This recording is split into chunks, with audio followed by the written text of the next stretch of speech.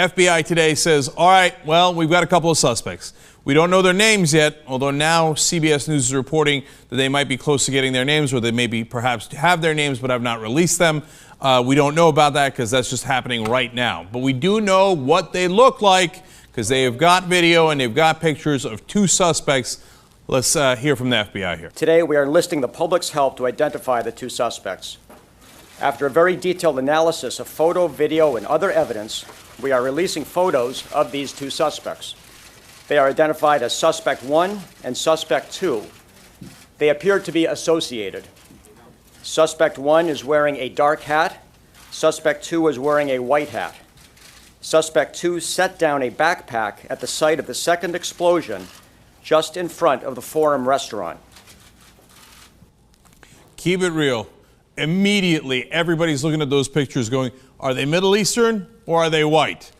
And I've been looking at them all day long. And suspect number 2 with a white hat, he's got kind of a scruffy look there. In the beginning, in one of the shots, it looked like he had a mustache.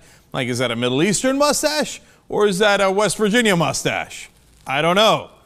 Now, the suspect number 1 with the black hat at least is smart enough to put the hat on forward. It's supposed to cover up his face, and it's harder to see him. Now, some are saying he looks darker. I can understand why they're saying that. I don't know if it's a shade from the cap or if he is darker. This idiot has his baseball cap on backwards, thereby defeating the whole point because we can see his face a lot better. It's not covering his face. So those are the two guys, and everybody in the country now looking at those pictures over and over.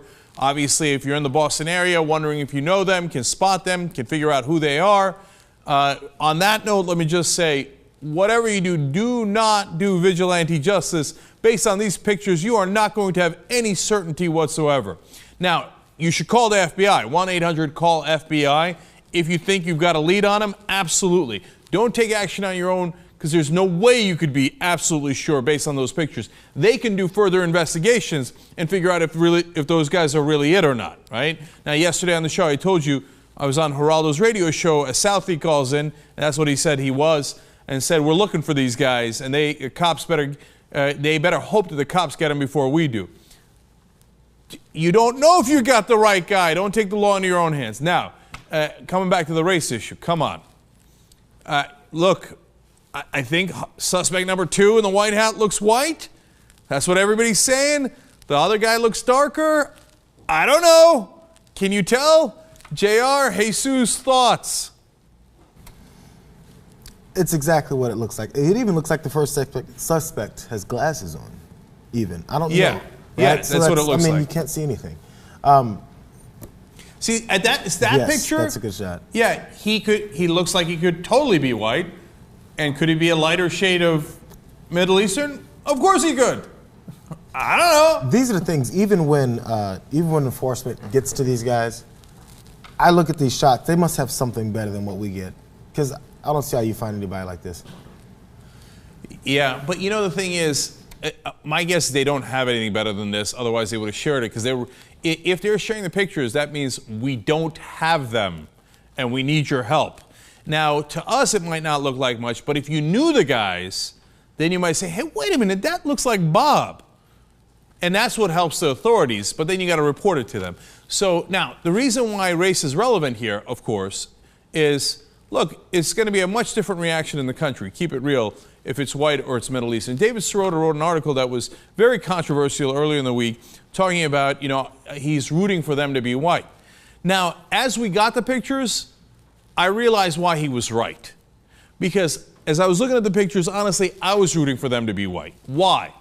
Because look, if they're white, people aren't going to go on random violent attacks based on stereotyping white people. It's not like they're going to be like, oh, dude, there's a white guy, let's attack him.